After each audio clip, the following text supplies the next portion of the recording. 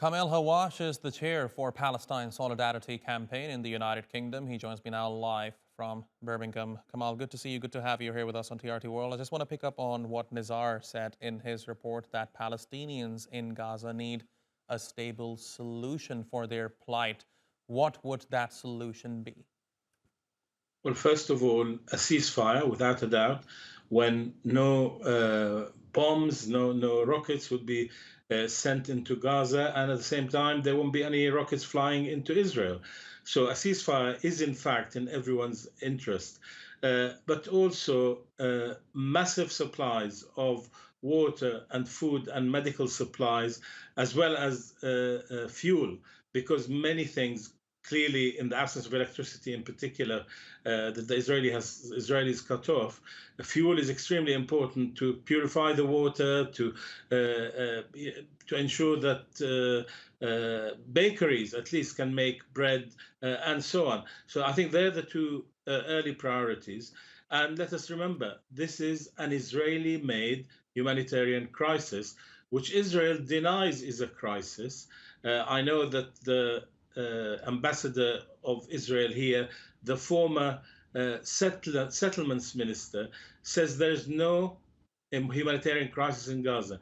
Anyone seeing the pictures you've just been showing, and they're not ones that have been fabricated for the benefit of a Western audience, they are exactly what is happening. And there are pictures, as you also know, of videos of streets flooded with water and people trying to get from one place to another.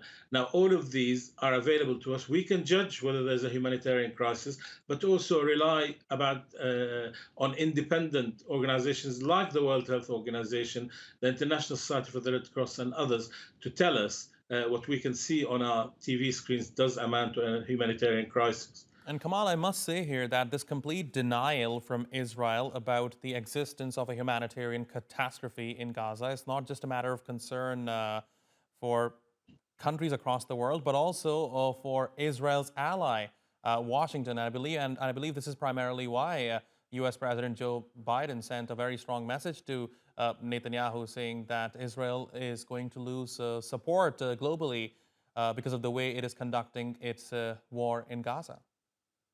Look, what I heard yesterday was welcome, that he recognizes there's indiscriminate bombing, that Israel's picture is changing across the world. But let's be clear about two things.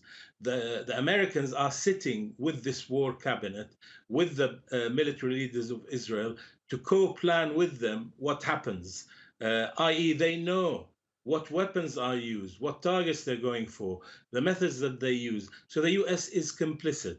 But the other thing is that they continue to supply Israel with weapons. If Biden was serious, he would say, I will not allow weapons, American weapons, to be used to kill civilians, especially women and children. As your reporter rightly said, so 70%, if not more, of the casualties have been children and women.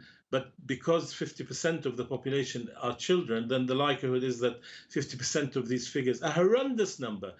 Israel has actually normalized the killing of children, because every morning we wake up to hear that families have been targeted and families have children. It's a natural thing to have. And where would they go for refuge?